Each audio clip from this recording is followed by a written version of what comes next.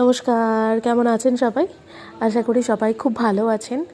অনেক দিনের স্বপ্ন আজকে পূরণ হতে চলেছে কিছু মানুষের, আর কিছু বলাটা ভুল হবে আমারও। আর এখানে সব কিছু প্যাকিং প্রায় পুরোটাই রেডি হয়েছে। সামান্য কিছু জিনিস বাকি আছে, যেমন রাতের খাবার বা কিছু এগুলো করতে। ফাইনালি আমি রেডি।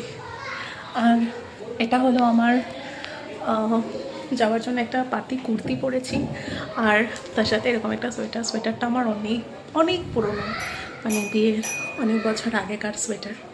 তো চলুন দেখা হবে রাস্তায়।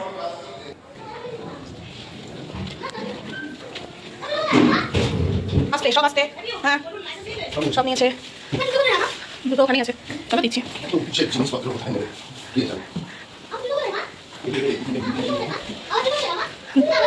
দিচ্ছি মা।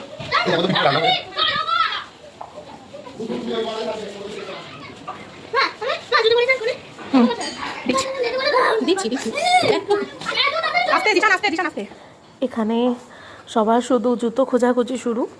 আর মানে যতই সব কিছু গোছানো থাক না কেন, এই 11th আওয়ার্সে যে এই তাড়াহুড়োটা, এই ঝগড়াটা না হলে ঠিক চলেই না আমাদের।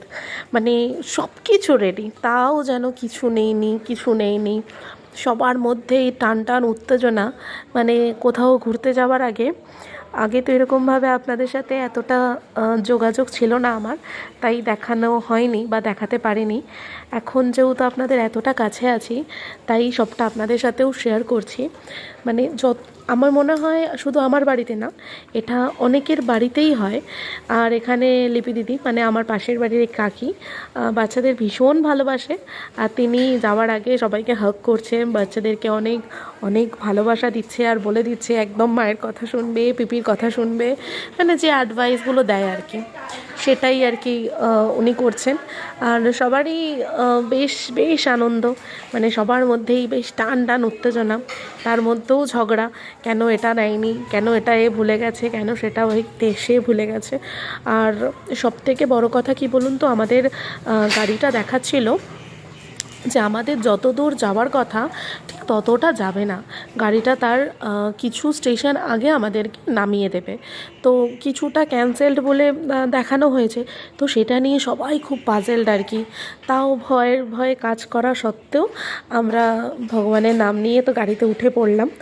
এরপরে আর বাকিরা সবাই আসছিল।